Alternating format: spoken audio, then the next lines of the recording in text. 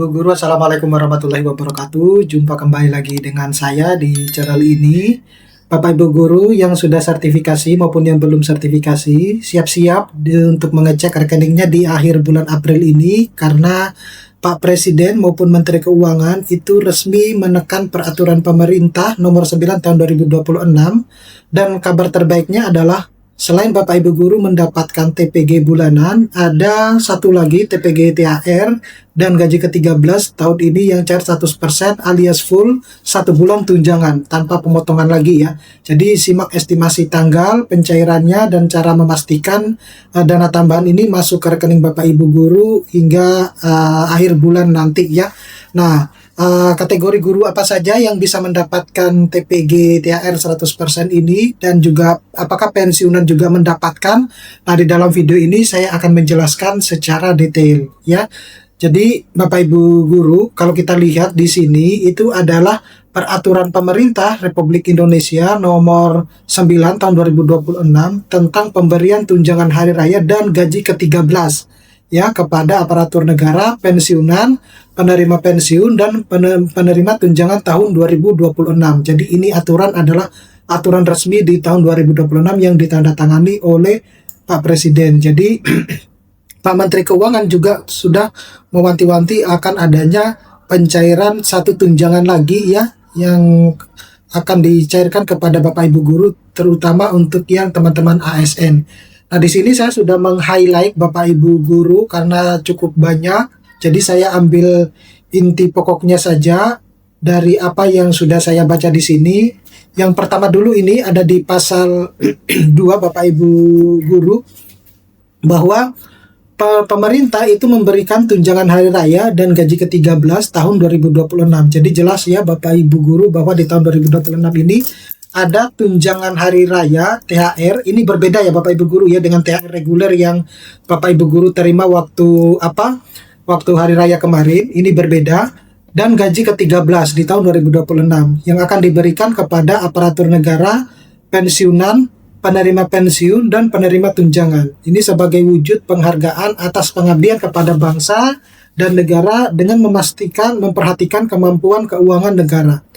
Kemudian di pasal 3 tertulis bahwa aparatur negara sebagaimana dimaksud dalam pasal 2 huruf A itu terdiri dari PNS dan calon PNS, kemudian P3K, ada juga prajurit TNI, ada juga anggota kepolisian negara Republik Indonesia atau Polri, dan juga pejabat negara. Nah, itu yang akan menerima tunjangan THR 100% dan gaji ke-13.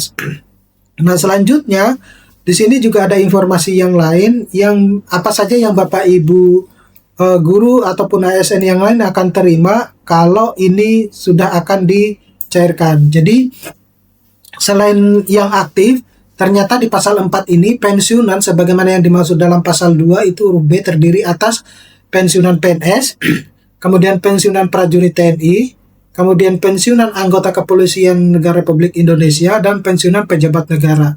Ada juga pensiunan prajurit TNI sebagaimana dimaksud pada huruf A ayat 1 huruf B termasuk penerima tunjangan yang bersifat pensiunan prajurit TNI dan penerima tunjangan pokok prajurit TNI. Jadi para pensiun juga akan diberikan tunjangan hari raya dan gaji ke-13 ya. Nah, selanjutnya itu ada juga yang lain. Sebenarnya ini penting semua Bapak Ibu Guru ya, tapi saya meng-highlight beberapa yang saya anggap penting.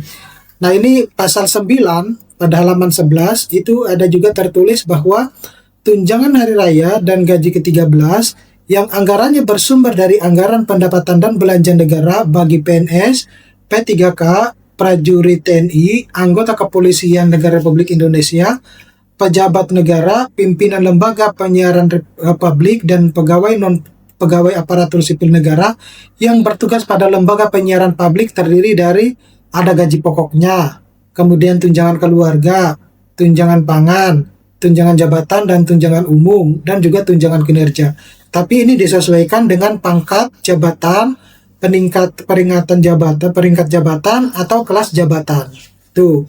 Kemudian di nomor 2, tunjangan hari raya dan gaji ke-13 yang anggarannya bersumber dari anggaran pendapatan dan belanja daerah bagi PNS dan PD3K terdiri atas gaji pokok, kemudian tunjangan keluarga, tunjangan pangan, tunjangan jabatan atau tunjangan umum, dan tambahan penghasilan paling banyak sebesar yang diterima dalam 1 bulan bagi instansi daerah yang memberikan tambahan penghasilan dengan memperhatikan kemampuan kapasitas fiskal daerah dan sesuai dengan ketentuan peraturan perundang-undangan. Nah, di sini ada tertulis Bapak Ibu guru bahwa kemampuan fiskal. Artinya, ini disesuaikan dengan kemampuan fiskal daerah. Bisa saja guru di daerah A itu menerima lebih banyak dibandingkan dengan guru di daerah B, seperti itu. Karena disesuaikan dengan ini tadi kapasitas fiskal. Jadi untuk guru-guru yang gajinya bersumber dari anggaran pendapatan belanja daerah, pasti akan menerima tunjangan hari raya dan gaji ke-13 yang berbeda dibandingkan dengan ASN yang gajinya itu bersumber dari APBN. Seperti itu ya Bapak Ibu guru ya, jadi harus dipahami. Nah, selanjutnya ini dalam hal guru dan dosen yang gaji pokoknya bersumber dari anggaran pendapatan dan belanja negara tidak menerima ya tunjangan kinerja sebagaimana dimaksud pada ayat 1 huruf E, itu dapat diberikan sebesar tunjangan profesi guru atau tunjangan profesi dosen yang diterima dalam 1 bulan. Ya, jadi ini dikhususkan bagi teman-teman guru ataupun dosen yang tidak menerima tunjangan kinerja, maka akan mendapatkan 1 kali tunjangan. Kemudian dalam hal guru yang gaji pokoknya bersumber dari anggaran pendapatan dan belanja daerah tidak menerima tambahan penghasilan sebagaimana yang dimaksud pada ayat 2 huruf E, dapat diberikan paling banyak sebesar tunjangan profesi guru atau paling banyak sebesar tambahan penghasilan guru aparatur sipil negara yang diterima dalam 1 bulan dengan memperhatikan kemampuan fiskal daerahnya. Jadi tetap disesuaikan dengan kemampuan kapasitas fiskal daerah. Nah, sedangkan untuk dosen, dalam hal dosen yang memiliki jabatan akademik profesor yang gaji pokoknya bersumber dari anggaran pendapatan dan belanja negara tidak menerima tunjangan kinerja sebagaimana dimaksud pada ayat 1 huruf E, dapat diberikan sebesar tunjangan profesi dosen atau tunjangan kehormatan yang diterima dalam 1 bulan, seperti itu. Nah, kemudian ada juga yang hanya cuma mendapatkan sebesar 50 Bapak Ibu guru ya, tapi ini bukan untuk yang guru, ini hanya untuk yang TNI gitu ya. Ada juga yang mendapatkan sebesar 85% gitu. Nah, jadi pada intinya Bapak Ibu guru, seperti yang tertulis di sini, kemampuan fiskal daerah itu berbeda-beda ya antara satu dengan yang lainnya ya. Nah, kalau kita lihat di sini untuk pada halaman 15, tunjangan hari raya dan gaji ke-13 yang anggarannya bersumber dari anggaran pendapatan dan belanja daerah bagi calon PNS itu terdiri dari mereka hanya cuma diberikan 80 ya, karena masih bersifat calon PNS, seperti itu. 80% dari gaji pokok PNS, kemudian tapi ada tunjangan keluarga, tunjangan pangan maupun tunjangan umum, serta tambahan penghasilan paling besar yang diterima 1 bulan ya di instansi daerah. Sedangkan di pasal 11-nya, tunjangan hari raya dan gaji ke-13 bagi pensiunan dan penerima pensiun diberikan sebesar pensiun bagi pensiunan dan penerima pensiun yang diterima ya 1 bulan sesuai dengan ketentuan peraturan perundang-undangan.